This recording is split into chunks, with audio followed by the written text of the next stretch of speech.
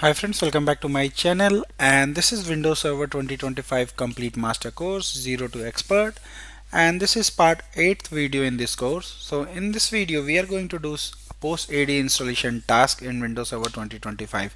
So in last video, which was the past part 7 of this course, we did the of our first Active Directory domain controller installation, and we promoted our first domain controller in our environment. So now it's time to do the post AD installation task.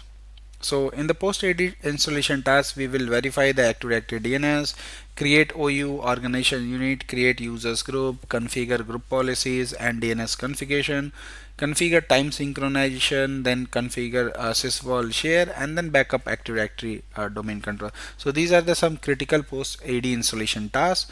So let's do step by step. So this is step-by-step process of doing the post installation task for Active Directory domain controller. So verify Active Directory, configure DNS, verify DNS configuration, create admin and users, configure security setting, and then finally is create a system state backup.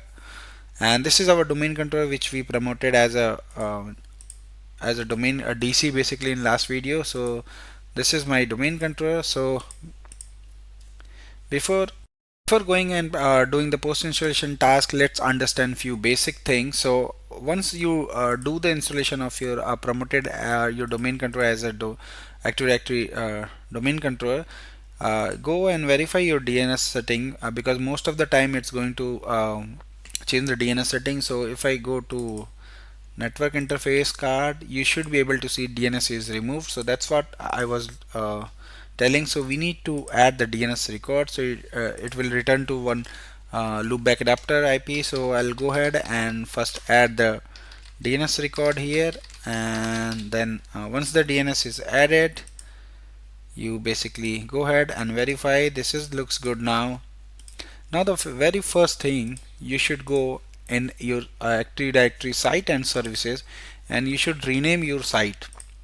So what is site, what are these stand for, and all details about the Active Directory core core core objects, core features, core basically Active Directory core things. If you want to understand and deep dive to Active Directory administration or mastering Active Directory, you can go and watch my dedicated video and video course, which is recorded in YouTube. It has more than 25 videos related to only focused on Active Directory, and if you complete that, it will basically give you mastering Active Directory course. So now first thing, I'll go ahead and rename this. So I'll call it LHO, let's say head office. So it will have our first site created, and in this site we got one server as a domain controller as of now. So in upcoming video we are going to promote our second domain controller also. So this is good. Now our site is renamed. Now you go to Active Directory, basically users and computers. So basically by default you will get your domain name, and these are the organization units which is created by default. So you should basically create your organization unit structure here. So if I go here, let's understand what is organization unit in a OU in the AD. So an organization unit is a container in Active Directory used to organize users computer group for easier management and delegation. So you can create basically your domain, then you can create a OU for different departments. So let me show you how to organize it in the production style. So you can go here and new and create a first OU called, let's say, LHO. Inside LHO you can create a, let's say, OU for servers, then you can create OU for workstation, and then you can create OU for groups, and then you can create, let's say, OU for service accounts, and finally you can create for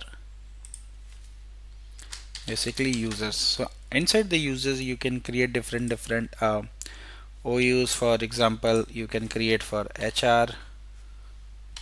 So similarly you can create for, let's say, for IT, and then you can create for, let's say, for sales. And then inside the workstation also, if you want to dedicate uh, separate OU for these users department workstation, you can create OU there also. So you can call it AD IT computers, and then you can create basically, let's say, HR computers, and then you can create for, let's say, sales computers. And then similar, if you have a multiple servers, you can create, let's say, app servers. You can create for web servers, and then maybe you can create for DB servers. So these type of use organization unit basically help you to manage your infrastructure on a more scalable way and easy to manage. So this is what benefit of having organization unit in place. And then what is users and group? So a user is an individual account that allow a person to sign in and access resources, and group is a collection of users that use to manage the permission easily. So let me go ahead and create this also. So let's go to users, and maybe I'll go here and create a, let's say, user called IT, and this will go admin account. So I'll create IT admin, and you can create username with basically a username with uh, IT admin. Last name you can put admin, and then you can put password for IT admin user. And then let's try to finish this. And then similar, you can create users, let's say HR01, and put HR01 as a logon name. And basically you can set password also if you want to give any password to user. So this is the password, and let's say I'll create some user for sales also. So sales01, copy this name, paste it here, and then put the name, put the password. And if you want, basically depending on your requirement, you can configure these settings. So I'll go here and put this setting. So this is good.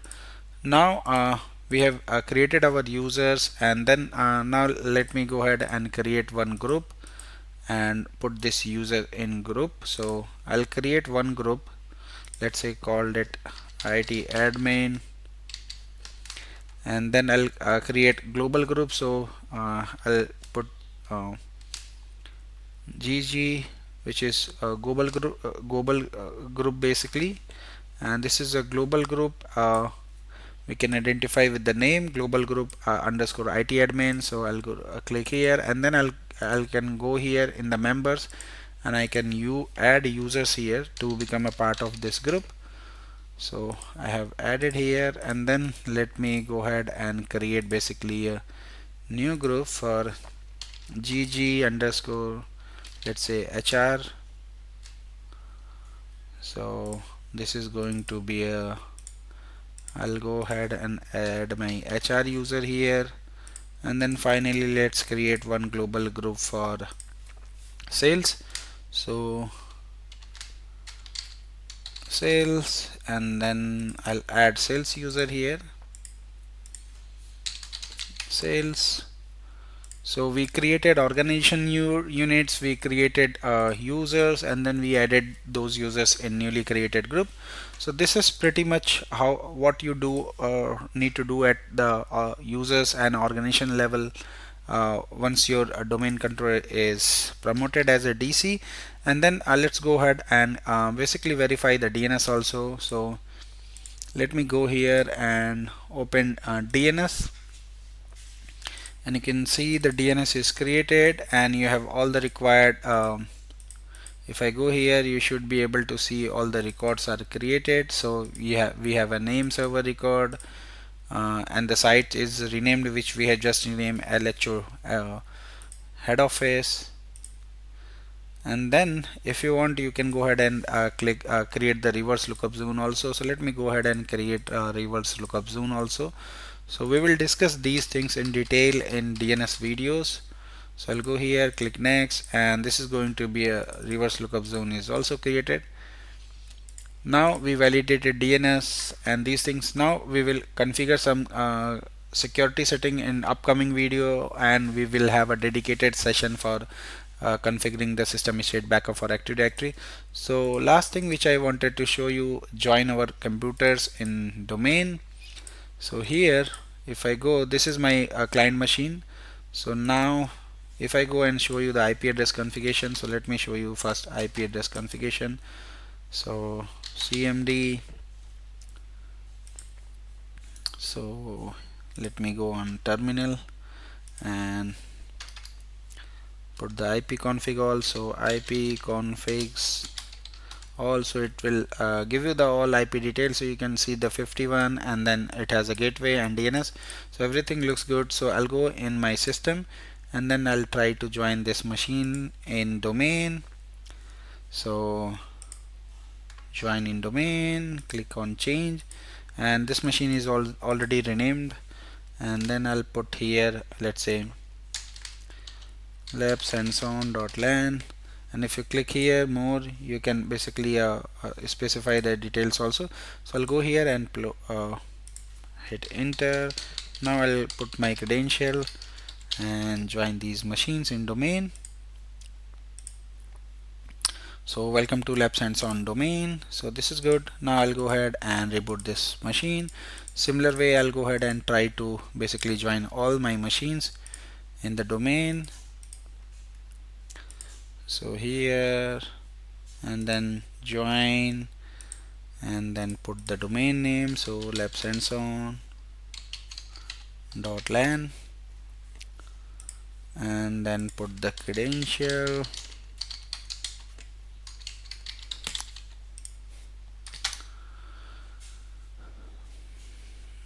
So this is good, and this is the final last machine. So I'll go to system, about, and then join this machine in domain. So I'll go and add labshands.on.lan, and then put the credential and reboot the machine once joined in domain. So welcome to Labs Hands On. Go ahead and reboot. And now I have three machines, and I have created three basically users in one user in each department. So I'll go ahead and basically now verify the computers. Inside the computers, you should be able to see we got all three computers joined. So now I'll go in workstation, and I'll move these workstation in the their department. So let me go ahead and assign first machine to HR, and then the second machine is to IT, and the third machine is to sales. So now if I show you here, HR has 01. So I'll go ahead and log into 01 client machine from HR account. So HR01, and then I'll put password here, and then second machine is assigned to IT. So I'll go here and try to log in with IT here. So IT admin, and then put the password, and you can see it's setting up the basically user. And then finally third machine is for sales. So I'll go ahead and log in here as a sales account. So sales 01. So now basically I have assigned joined all three machines in the domain, and I have basically assign each computer to dedicated user, and then I try to log in with the users based on their department. So now this will take some time to set up the profile, and once the profile is set up, it will allow me to log into machine. So almost there. You can see I got logged in. So let me show you. I'll go to display setting and set the display. Uh, so set to 200, and now if I show you, this is user, which is HR01. So this is good. Now if I go to CMD, basically, let me see here. From here, if I go to basically run and type CMD, if I do who am I, so you should be able to see this is my user labs hands on slash user01, and then in CMD if I put set, so it will tell you basically all the details about the machine. So you can see here basically I'm looking for my logon server, which is my domain controller. So this is good. So it means I have logged in with my domain account and authenticated on this domain controller, and you can see the user domain is labsandson.lan, user domain is basically labsandson. So everything looks good. So now all the machines should be able to log in basically. So this is my IT admin, and this is finally my sales account. So this is pretty much everything which I wanted to show you in this video. So in next upcoming videos, we are basically going to cover Active Directory password policy, which is going to be basically a part of our configuring security, basic security on the Active Directory infrastructure. So thank you for watching. Please subscribe me for more videos, and if you have any query, any question related to this, you can always post me my given mail IDs. Thank you once again.